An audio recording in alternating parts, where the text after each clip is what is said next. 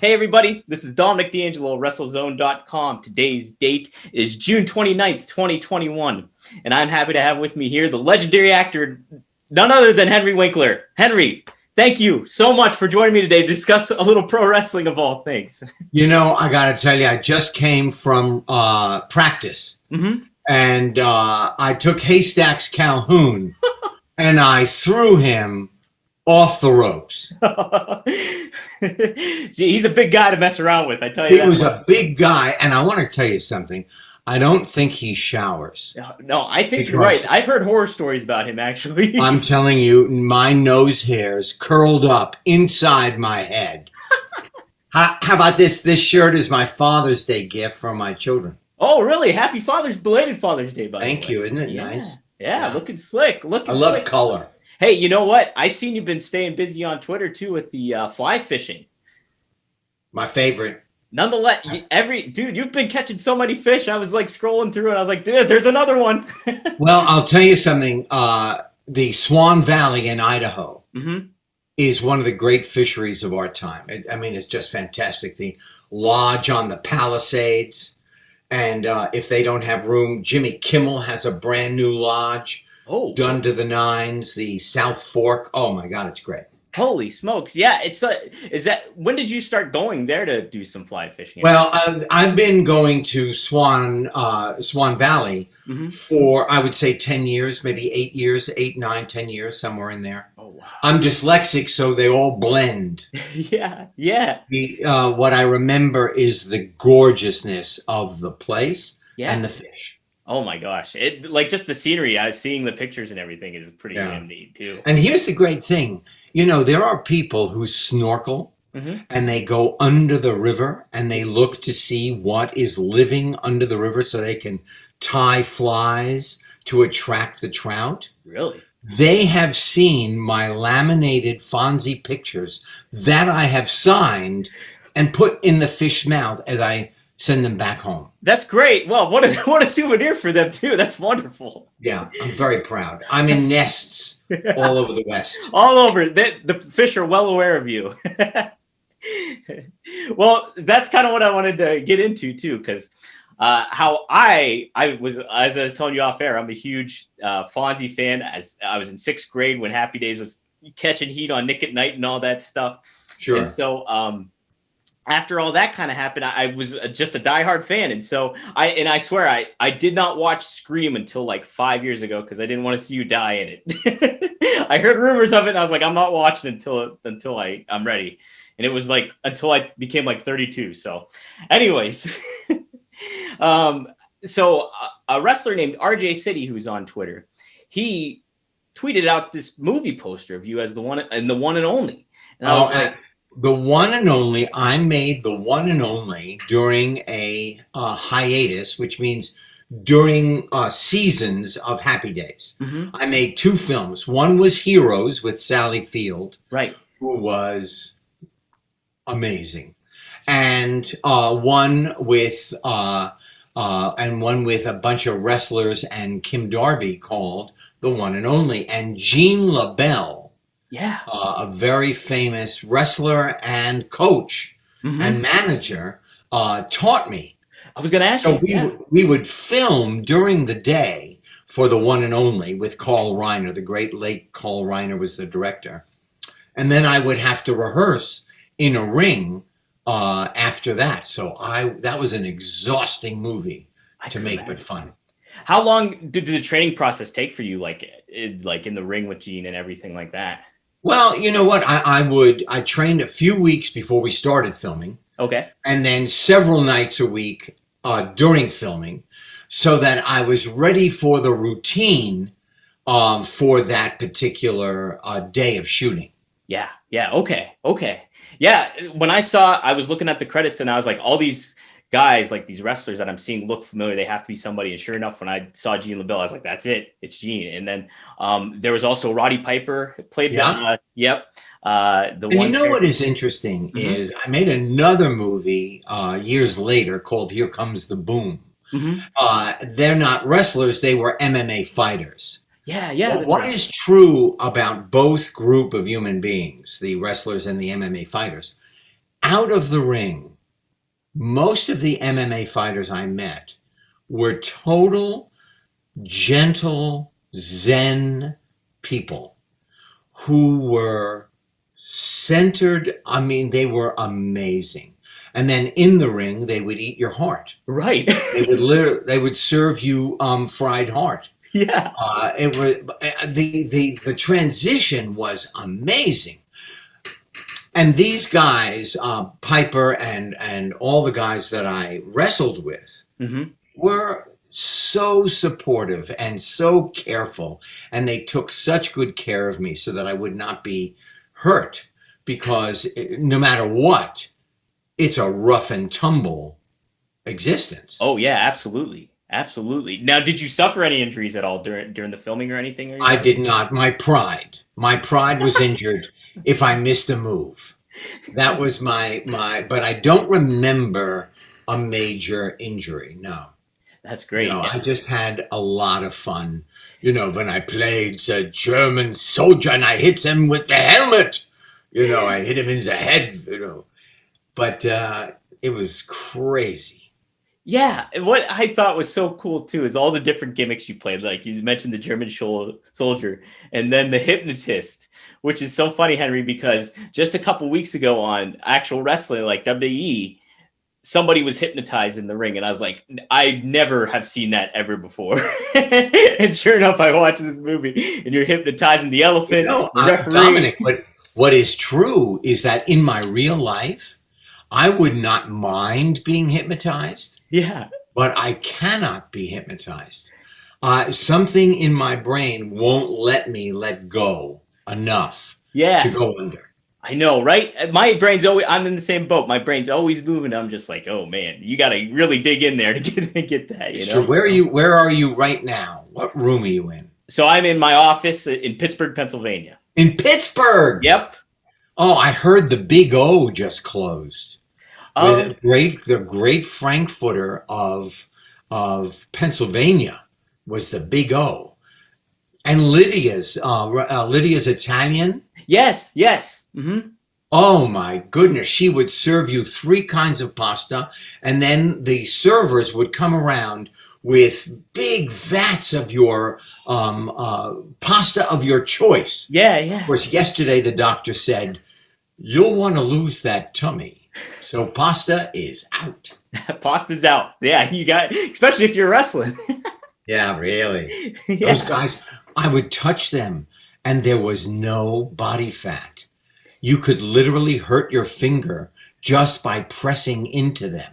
That's how solid they are. Oh my gosh, it's to see them today too. Holy smokes! It's just like there's no shredded, like there's no ounce of body fat whatsoever. Oh my gosh, it's great. It's pretty And wild. when I was 10 years old, I used to watch wrestling. I Yeah. would have a little television table, a tiny little fold away, and I would have egg salad and chocolate milk, the egg salad on Wonder Bread with pickles. Yeah. And then I would sit there and watch Bruno Bruno. San Martin. Is that his Yeah. name? Bruno San Martino from Pittsburgh. Absolutely. Yep. Who I met subsequently years later at a Comic-Con. Yeah. A dear, dear man. Very sweet. It was great. And I'll tell you the craziest person that was in the ring was It's a Wonderful Day in the Neighborhood. Mr. Rogers. Was in the ring. I'm telling you, he was vicious. He was saying Mr. Rogers from Pittsburgh was vicious. Everybody feared him when he went in the ring. He could he could He tie a was- shoe like nobody else, but You know what? He hit me in the head with a puppet. It was horrible. you went off to the land of make believe. No, well, I wanted to ask too.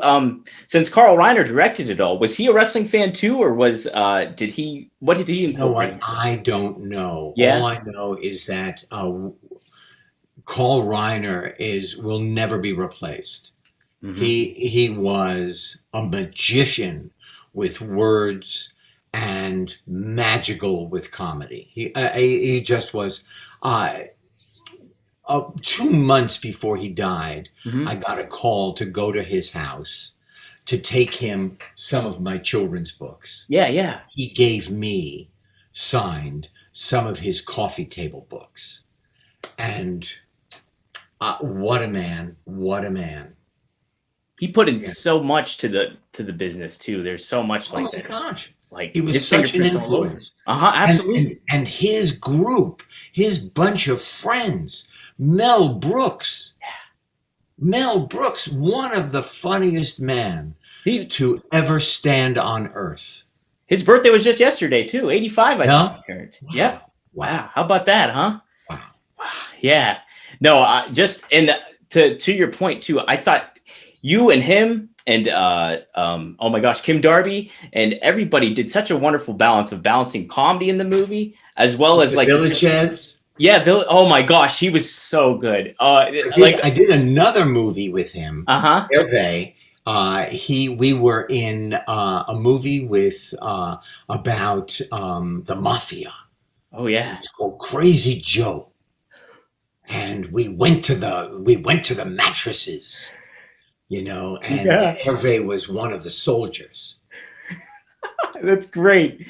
Yeah. I love the opening scene between you and him when you guys go in the studio there and you're trying to get an appointment. It's such great, and then how you guys play it off with you're joking at one another and then you become friends and then he brings you into this world. It's such a neat aspect of it. It's yeah. Well, he was a lovely, lovely gentleman. Yeah. Really, a ladies' man. Oh yeah, you could tell. Yeah. Oh yeah. You could tell, and those are some of the best scenes too, where he would just you were drunk and the one woman came over and you're like, oh yeah, here's my friend Milton. It was such really neat instances where balancing comedy and drama with that, because there was some intense moments where you would get in an argument with Mary and certain things. You know what though, that really is an actor's job. Yeah. That's why I think that going to drama school is so important, because you have to be honest about your own talent, that it exists and you don't have just a pipe dream of wanting to be a star. Right. But you have to train that talent so you're not a flash in the pan. Mm-hmm. And then you have to do everything in drama school that is possible, that is given to you. Drama, comedy, a Greek tragedy, so that you taste it all. Because in the end, as an actor, what you are is a living, breathing storyteller. Right, exactly. You're translating, and it's so funny, Henry, because I remember being in my first Shakespeare play, and I was like, right. I hate Shakespeare. I was thinking, I don't like him. But once you were doing it, it was so neat to try to convey what he wrote to an audience. And I think there's so much to say about that with wrestling as well as acting too. Did you find a lot of, when you were doing that stuff and interacting with the wrestlers, did you find a lot of relations almost in regards to acting and similarities with wrestling? Well, you know what? You have to respect your partner. Mm-hmm. You have to be generous to your partner. Even though it looks like they are massively angry at each other, that they are, just the worst enemies. They have to see each other in the next arena. Right. Mm-hmm. And so for the most part, it is really respect and generosity. And the same thing goes with acting. You can't act by yourself. No. You depend on what you're getting from the other person. And if the other person isn't getting it, then that's one of the few things that makes me angry. Oh, yeah. Yeah, absolutely. It's if my partner is not prepared. Yeah. That's rough. That's rough when you have a scene partner like that or anything. Now, because, the ballet of wrestling, you throw somebody, I'm just now remembering watching it. Yeah. You throw somebody against the rope and they go against the rope and they come at you and you put your arm out. If it's not timed perfectly, you can damage somebody else. Absolutely. So they are literally, and I don't mean this, it's like a ballet. Very much. Yeah. Very much. I have great respect for that. And you guys touch upon it in the movie too, is not only that, but the touring schedule that they go on, where like right now, obviously the pandemic's happening, and so that's or almost out of it, thank goodness. Right. But there's the travel that goes with it and the commitment, like where they do have the strains with husbands and wives and families and all that stuff, balancing life in general. And that's a lot of similarities with acting too. Absolutely. Right? Absolutely. And I will tell you, wrestlers use a lot of baby oil. Yeah. I, of course, don't have a six-pack. My six-pack is buried very deep. But it's there. It's there. You just can't see it. So I compensated with oil. There you go. And let me just tell you, bottles and bottles strewn on the floor at the end of a match. I could imagine. I gotta say, it looked pretty good though in the movie. I went as the lover. Jeez. Oh my God, huh? Yeah. Isn't that true? Yeah. You had it going, man. I literally can hang a 4x7 photograph off my arm. That's amazing. Thank you. Framed or not framed? Framed. Oh my God. Right here. Jeez. That's fantastic. With glass. Oh no. Feats of strength. It's insane. Of course, I have to take an Advil afterwards. Sure. Oh no, of course. Yeah. But I can hang it. Oh, you can do it. You can do it. And on this arm, nothing, because it's really hard. No, nothing over here. It's all over here. Well, something too I wanted to talk was being in the live experience of wrestling. So you have a live audience and everything like that. Obviously, you've done film and you've done stage. Do you like doing stage more in regards to that, or what's the balance for that for you? You never forget about the audience, no matter what you're doing. Radio, television, movies, theater. You never forget about the audience. The level of energy that you put out in the theater or wrestlers is completely different than the energy you put out in a movie. Right. Because right now you've got that lens. The lens doesn't lie. If you overact, people go, what is that? That's schmonz. Yeah. So you have to have the same level of intensity. It's just you let out less, but you keep everything else at the surface.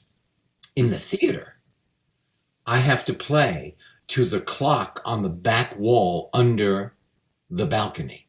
Yeah. I have to fill the stadium with my energy. That's why all the movements are so gross. And I don't mean gross ugly, I mean gross big. Yeah. Because they are reaching the thousands of fans cheering and yelling and screaming with those rubber number ones on it, with the Undertaker. You got it. Yeah. You got it. Oh man. Is there a certain dream role you ever wanted to have in regards to the stage? Yes. Yeah. I'd like to play a mute. Ooh. I'm not kidding. Yeah. I would like to play someone who has no words, that I must express everything through my body, through my emotion, through my skin, through my hair. I don't know why, but it has always been at the forefront of my brain. Just the way that I am convinced that there are aliens and that they will land in my vicinity if they ever land on Earth. Yeah. Somewhere near me. Yeah. And they will be friendly. Right. Since I was 13, I am convinced of that. That's why I produced with Ann Daniel Sightings. Oh, nice. Study of all things paranormal. Now, have you seen anything that's like caused some raised eyebrows or anything? No, but I will tell you, for my 13th birthday, I got an identification bracelet because in 1958, those identification bracelets with your name on it and an inscription on the other side, either you maybe would buy one for your girlfriend, but I got one. Yeah. And I lost it. And I lost it in the Meadows in Central Park. Now, that is a gigantic area. Yeah. And all I did was stop, and I would look up, and I said, I don't want you to give it to me. I just want you to help me locate it. Yeah. And I looked down as I walked in this vast grass area and picked up my identification bracelet. How about that? How about that?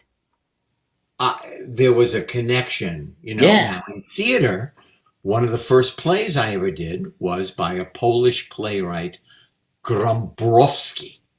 Mm-hmm. And he wrote that here I am and here my partner is, and the communication between us that is formed is God. Yeah. And I don't know.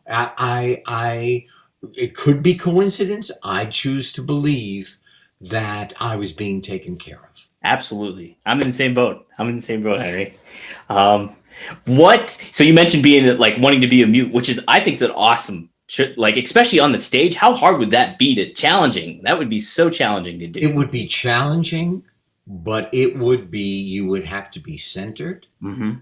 You would have to be, acting is really three things. Listening, which is, I think, the ear is the center of all relationships in the world. Mm-hmm. It's how you hear what the other person is saying. Listening, staying calm, and reacting with authenticity. Right. Concentrating on being in the moment, so you are concentrating and reacting only to what is being given to you by that other human being or the group of human beings on that stage. Yeah. That you are not distracted. Those three things combined help you to become a better actor. Absolutely. And you said it too. Authenticity is such a key thing. Key. So key. Audience knows, can smell it, right? Like sulfur. Right. And that's the same thing with wrestling too. If you see them like deer in the headlights, or you don't see them just not being themselves, you can tell right away. Absolutely. Right away. Absolutely. All right. You know what I loved? Tag team matches. Yes.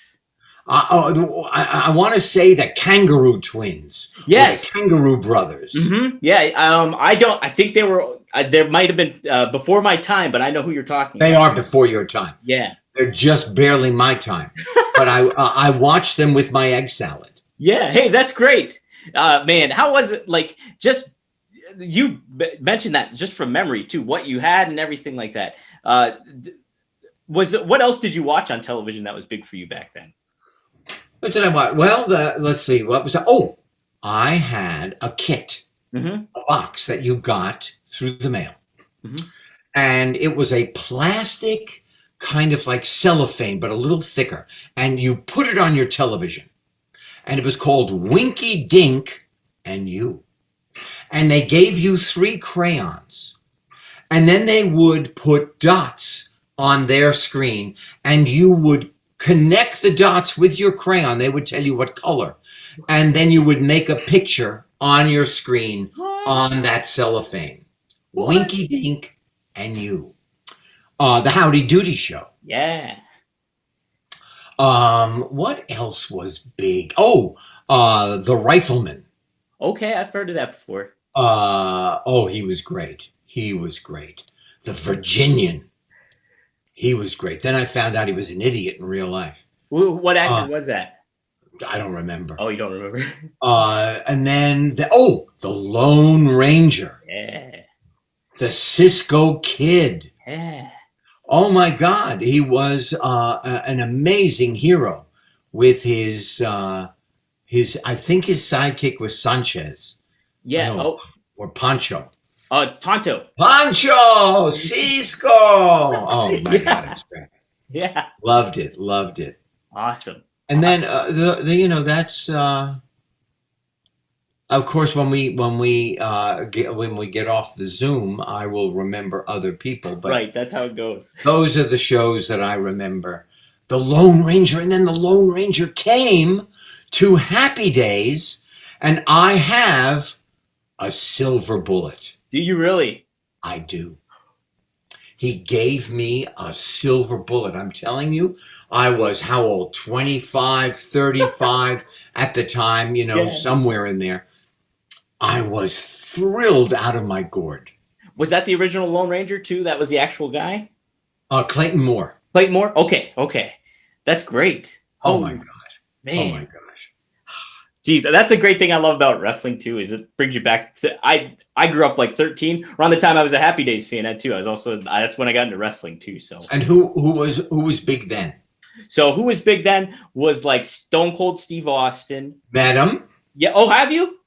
Got a hat. Yeah, he's a great man. He's a great dude. Like Got down to earth. You want to talk about authentic? That's what made him a star. Was authentic. Yeah. Was that? He's even good on his commercial. Oh, isn't he? Yeah, he's just in that Tide commercial and everything. He's cute. Yeah. Oh yeah. Ric Flair was still big then. Met him. He still is. Oh, he's great too. What a party guy he is. Holy smokes. And let's see. I was a big. His name was Razor Ramon, or Scott Hall was my big guy back in the day. So.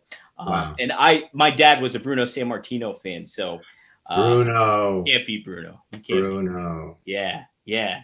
So, but you have a lot of stuff going on too. I didn't know you were going to be in the new. Are you in the new Monsters Inc. series that's coming up? You know what? It's called Monsters at Work. Mm-hmm. It's a series. July 7th on Disney Plus. It takes up exactly where Monsters Inc. the movie leaves off. Really? Except that we move from the scare floor to the laugh floor. But Billy Crystal, John, Ben Feldman, who was on the what was it called? The Superstore. Yes. That's a great series too. John Goodman. Yeah.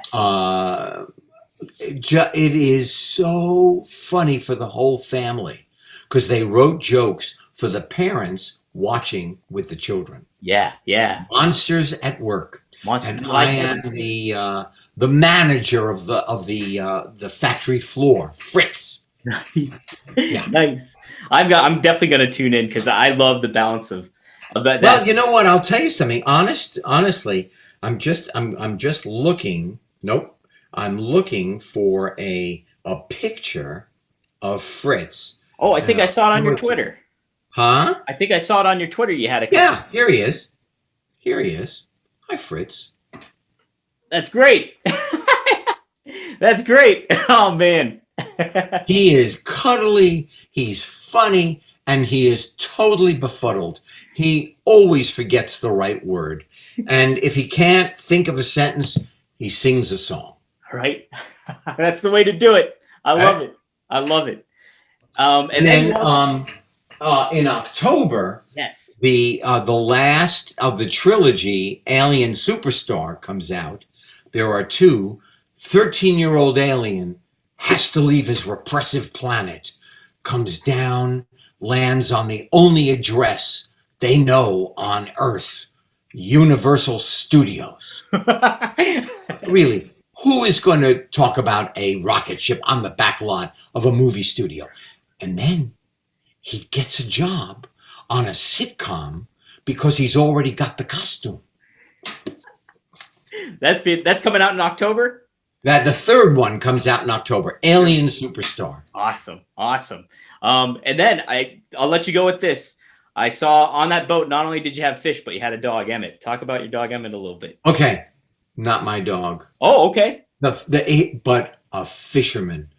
This is how cool he's only 2 years old. If I stood up out of my seat in order to cast, Emmett, without a word, went under my bench on his little bed. As soon as I sat down and wasn't fishing, he came out. He was on my lap. He was on the bow. He was the masthead. I loved Emmett. We really got along. Every once in a while, very independent dog, he would come over and want his neck scratched and behind his ear. Then he had enough. Then he was gone. Then he was gone. Emmett. That's great, Henry. I got to thank you so much for doing this with me. It's a wonderful conversation, wasn't it? It was so fun. Oh man, it just takes to tell my 6th grade self I'd be talking to you. It's just, I wouldn't have believed it myself. So thank you. Well, it was a pleasure, Dominic. Really. I mean, look, we talked about so much. Right. It was great. It was great. How do they follow you on Twitter? H Winkler for real. Is that it? H Winkler 4 and the number 4. Yep. Real. All right. REAL. And then I have a good time on Twitter. I love Twitter. I really do. You're positive on there, man. I'm positive, but I say what I'm thinking. Like, my thought for the day is, it takes all of us to stay healthy, to keep our nation healthy. Absolutely. How hard is that? Not hard at all. Not hard at all. Yeah, absolutely. I'm with you, Henry. I'm with you, brother. Well, Dominic, I look forward to shaking your hand. Thank you. I do too. I was going to say that. I was like, I hope we get to meet someday. It'd just be a pure pleasure. It really would. Otherwise, give Pittsburgh my best regards. I definitely will. All right, guys, this is Dominic D'Angelo, WrestleZone.com. Thanks for tuning in. You can follow me on Twitter at Dominic D'Angelo. You can follow WrestleZone on Twitter at WrestleZone.com. And go to WrestleZone.com for all your wrestling news needs. All right, thanks, guys.